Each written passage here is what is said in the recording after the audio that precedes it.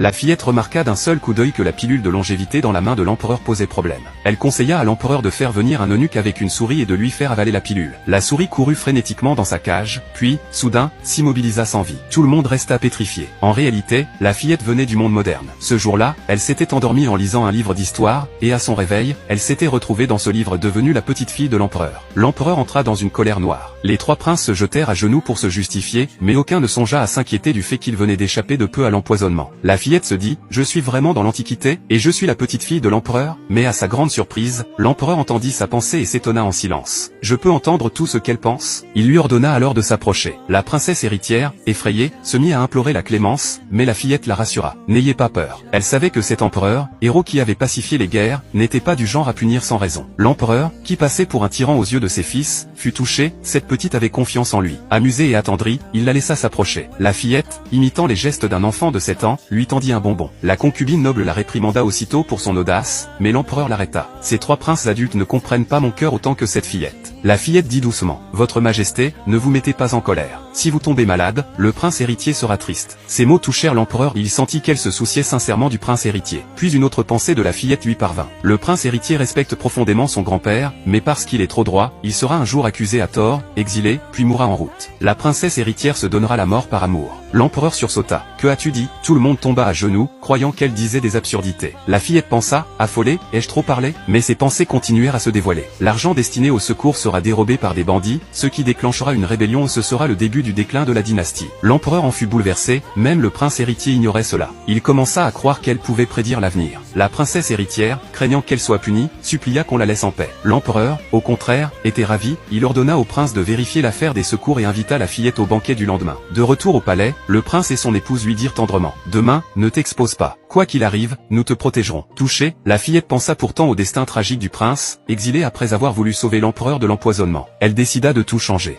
Le lendemain, une dépêche urgente arriva, des bandits avaient effectivement attaqué le convoi de vivres. Heureusement, grâce aux préparatifs, les 100 000 sacs de grains furent sauvés. Le peuple remercia l'empereur, qui vit en la fillette un signe du ciel et la proclama, première princesse. Au banquet, l'impératrice conseilla à l'empereur d'arrêter de prendre des médicaments douteux. Il la trouva agaçante. Voyant la tristesse de l'impératrice, la fillette lui offrit un zongzi en disant dans son cœur. Dans l'histoire, après la mort de l'empereur, l'impératrice se jeta dans les flammes avec lui pour protéger son corps des rebelles. L'empereur, qui entendit cela, fut ému. Elle m'a donc toujours aimé ainsi. Bientôt, son ancienne maladie le reprit. L'impératrice le supplia d'abandonner les pilules et prépara elle-même une soupe de lys. Cette fois, l'empereur l'écouta. La concubine noble, croyant que le prince héritier allait être déchu, se réjouit en secret. Soudain, le second prince présenta une nouvelle pilule, disant qu'elle venait d'un immortel de 250 ans et qu'elle prolongeait la vie. La concubine appuya ses propos. L'empereur, ému par tant de piété,